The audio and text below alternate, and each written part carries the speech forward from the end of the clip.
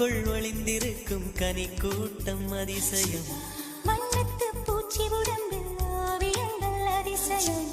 துளை செல்லும் காற்று மெல்லிசையாதல் அதிசயம். குருநாதர் இல்லாத குயில் பாட்டு அதிசயம். அதிசயமே அசந்து போகும் நீ எந்த அதிசயம்.